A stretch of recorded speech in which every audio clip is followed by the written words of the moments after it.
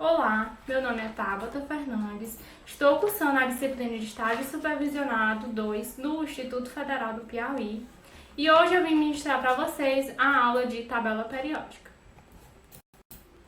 Os nossos objetivos específicos são conhecer a formação da tabela periódica, aprender a organização da tabela periódica e relacionar os elementos químicos com os materiais do seu dia a dia. Como eu já falei, o tema é a tabela periódica. O conteúdo a ser ministrado será a tabela periódica atual, as famílias e grupos que consistem na tabela periódica, os períodos, o nome e a simbologia de alguns elementos e os elementos relacionados ao seu dia a dia. Quem começou a estudar a tabela periódica? Quem foi que teve a ideia de juntar os elementos? Esse foi Dmitri Mendeleev. Dmitri Ivanovich Mendeleev, em 1869, enquanto escrevia seu livro de Química Inorgânica, organizou os elementos na forma da tabela periódica atual. Então, o que ele fez? Ele foi escrevendo alguns elementos que ele já conhecia, que era do conhecimento dele, e organizou na sua parede os elementos que ele considerava que obtinham a mesma propriedade, que eles tinham os mesmos elementos, as mesmas características. Então ele foi colocando em papéis cartões na parede dele e com isso ele notou que haviam espaços, né? Então ele considerou que ali existiriam outros elementos que ainda não haviam sido conhecidos. Foi proposta por ele que os elementos deveriam ser organizados em linhas verticais e horizontais, que aí a gente vai ver que são os grupos e as famílias. Ele é considerado como o pai da química, ele que começou a organização da tabela periódica, e a gente sabe que a tabela periódica é a base da química. Dos atuais 111 elementos químicos conhecidos, cerca de 60 já haviam sido isolados e estudados em 1869, quando o químico russo Dmitri Mendeleev se destacou na organização metódica desses elementos. Então, como eu já havia falado para vocês, ele foi juntando os elementos que já haviam, organizando por suas características, né, fazendo grupos que se assemelhavam, e com isso ele viu que faltava alguns elementos, então ele foi deixando espaços na tabela para que posteriormente, mais no futuro, alguém viesse e, com o passar dos anos, descobrisse esses elementos que ainda faltavam. Aqui eu mostro para vocês a tabela que foi construída por Mendeleev. Vocês podem ver que existem espaçamentos nessa tabela que são justamente esses elementos que ele não sabia quais eram, mas que sabiam que existiria mais no futuro, quando outros pesquisadores, outros químicos, outros físicos fossem descobrir, que botariam na tabela dele. Mendeleev criou uma carta para cada um dos 63 elementos conhecidos. Cada carta continha o símbolo do elemento, a massa atômica e suas propriedades químicas e físicas. A solução foi encontrada quando ele dispôs os cartões em ordem crescente da massa atômica. A tabela periódica de Mendeleev exibia semelhanças numa rede de relação vertical, horizontal e diagonal. Em 1906, Mendeleev recebeu o Prêmio Nobel por este trabalho. E aqui, como a gente viu nesse conteúdo. Mendeleev, ao estudar, ele viu que alguns elementos seguiam a ordem dos prótons, né? Que os prótons é o que contém na formação do núcleo. Então, ele foi organizando a tabela de acordo com esses números que eram aproximados, em ordem crescente, do 1 ao 111, então foi de ordem crescente. Henry Moseley, em 1913, descobriu que o número de prótons do núcleo de um determinado átomo era sempre o mesmo. Moseley usou essa ideia para o número atômico de cada átomo. Quando os átomos foram arranjados de acordo com o aumento do número atômico, os problemas existentes na tabela de Mendeleev desapareceram. Como Henry Moseley conseguiu descobrir o número dos prótons? Ele fazia um estudo dos prótons através do espectro de átomos. Como Henry Moseley conseguiu descobrir os prótons, o número dos prótons? Ele fazia um estudo através de espectros de raio-x, onde nisso ele descobriu a carga dos elementos. Então, a partir daí foi que ele conseguiu organizar a tabela com os números que faltavam na tabela de Mendeleev. Com a descoberta de Moseley, a tabela passou a ser organizada à disposição dos elementos em ordem crescente de número atômico, e assim foi enunciada a lei periódica dos elementos. As propriedades dos elementos são funções periódicas de seus números atômicos, em que a gente tem o hidrogênio, o hélio, o lítio, o berílio, o boro, o carbono, o nitrogênio, o oxigênio, o flúor e os outros consecutivamente organizados pelo seu número atômico, em ordem crescente. A partir da descoberta do plutônio, em 1940, Seaborg descobriu todos os elementos transurânicos, do número atômico 94 até o 102.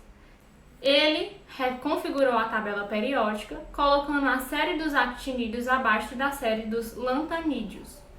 Em 1951, Seaborg recebeu o Prêmio Nobel em Química pelo seu trabalho. O elemento 106 da tabela periódica é chamado Seaborgio em sua homenagem.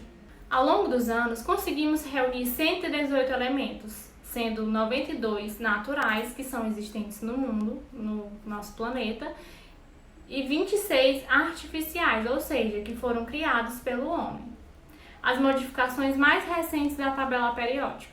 Os sistemas de numeração dos grupos são recomendados pela União Internacional de Química Pura e Aplicada, conhecida como IUPAC. A numeração é feita em algarismos arábicos de 1 a 18, sendo o grupo 1 dos metais alcalinos e o 18 dos gases nobres. A gente vai ver no decorrer da aula as famílias e os períodos que consistem a nossa tabela periódica atual. O princípio de construção da tabela periódica atual está baseado em que as semelhanças nas propriedades químicas dos elementos são justificadas pelas semelhanças das eletrosferas, ou seja, as eletrosferas são as camadas que consistem em cada elemento. Nós temos 7 camadas. Aqui na família 1A, a gente vê que esses elementos que estão na primeira família, eles têm somente uma camada na sua última eletrosfera.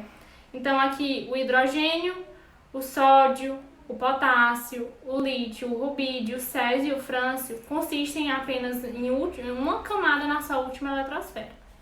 Então, no decorrer do nosso estudo da tabela periódica, a gente vai ver que a família 2A tem 2 eletrosferas, que a família 3A tem 3 eletrosferas. Então, a gente vai estudar isso aprofundadamente no decorrer da disciplina. À medida que percorremos um período, as propriedades físicas variam regularmente e uniformemente, ou seja, elas são propriedades semelhantes. Aqui temos família ou grupo também, podendo ser denominado assim, família 1A, família 2A, aqui 3B, que aqui a gente vai apresentar no decorrer das aulas. Na vertical, nós temos as famílias, enquanto na horizontal nós temos os períodos, que são relacionados às camadas que tem na tabela. Então, aqui no primeiro quadradinho temos o primeiro período, a família 1A, no segundo período, terceiro período, quarto período, quinto período, sexto período e o sétimo período. E veremos também que na tabela periódica que encontra-se nos nossos livros, a gente tem um espaço onde entra aqui a série dos lactanídeos e a série dos actinídeos. Por quê? Vocês vão me perguntar, por que tem esse espaço? Por que não colocaram na tabela? Porque iria ficar muito grande, então para ocupar menos espaço eles colocaram aqui na parte de baixo da tabela. Então foi com esse intuito.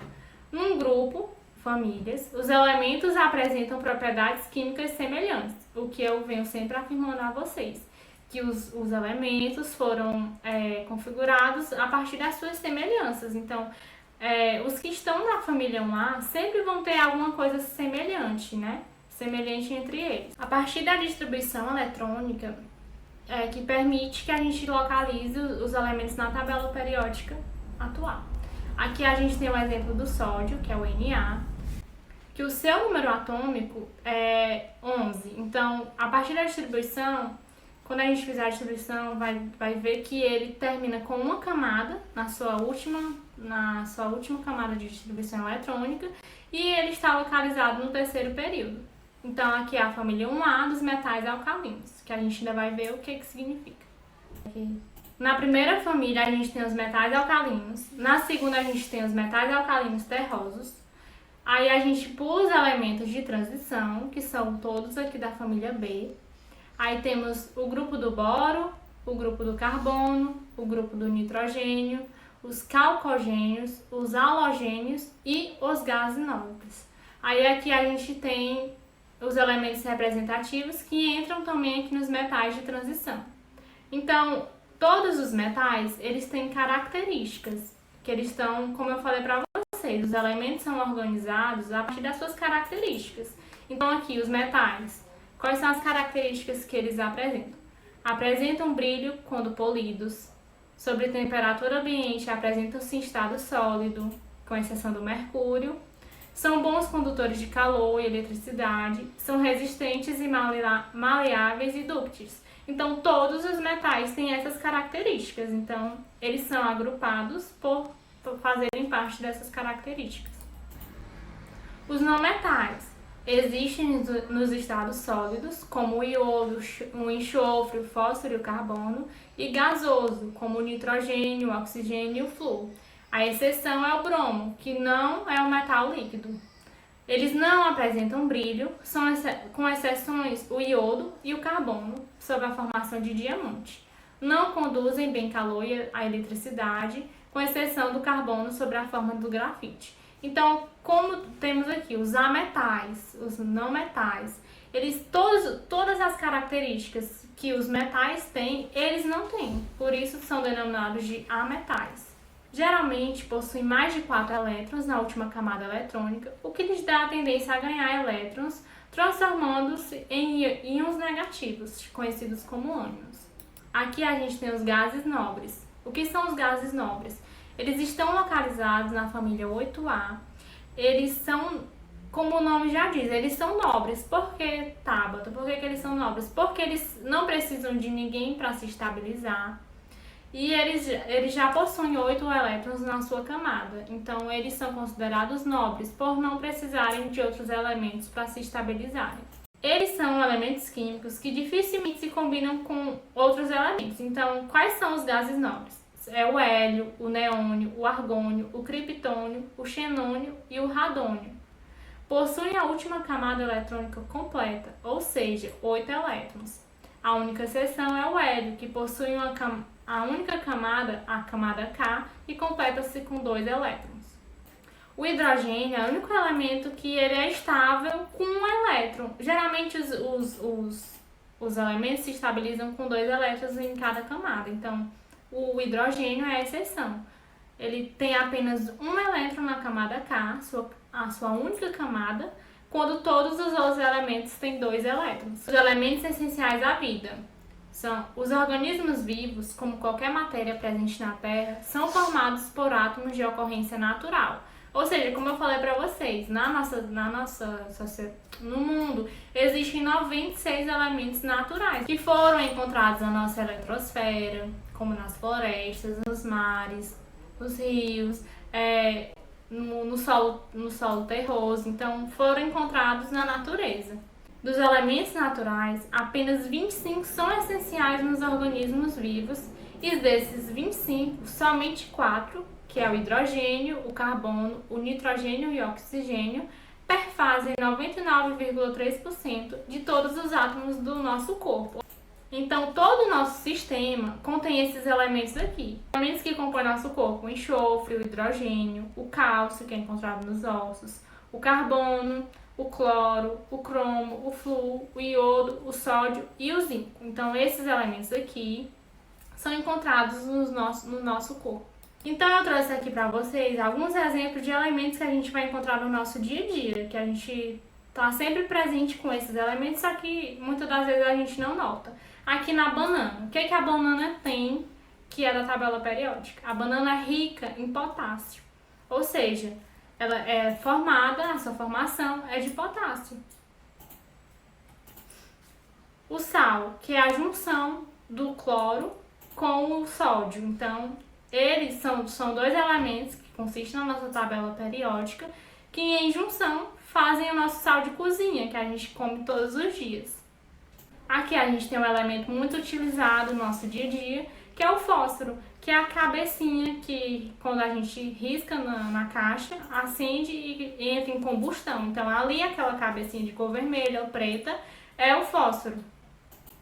Aqui a gente tem um exemplo do fêmur, que é um osso do nosso corpo, que nele se encontra o cálcio. Ou seja, a gente tem, como eu já havia falado, a nossa formação do nosso sistema tem o cálcio, então é presente também no nosso dia a dia.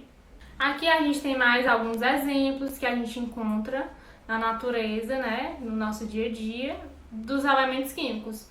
Aqui no CO, que é o cobalto, a gente tem a formação de ímãs. No carbono tem os diamantes. Aqui no flúor a gente tem a pasta de dente, que a gente utiliza todos os dias. Aqui o oxigênio, que é utilizado para a combustão do fogo. Então, a tabela periódica ela está presente no nosso dia a dia. Cabe a gente a ter curiosidade de saber onde a gente encontra esses elementos no nosso dia a dia. Então, vocês devem sempre estar se perguntando o que consiste a formação desse objeto, né? Então, eu espero que com essa aula vocês tenham compreendido a formação da tabela periódica. No decorrer das nossas aulas, a gente vai se aprofundar, saber como fazer a distribuição eletrônica. Então é isso. Na próxima aula a gente se encontra. Beijo. Até a próxima.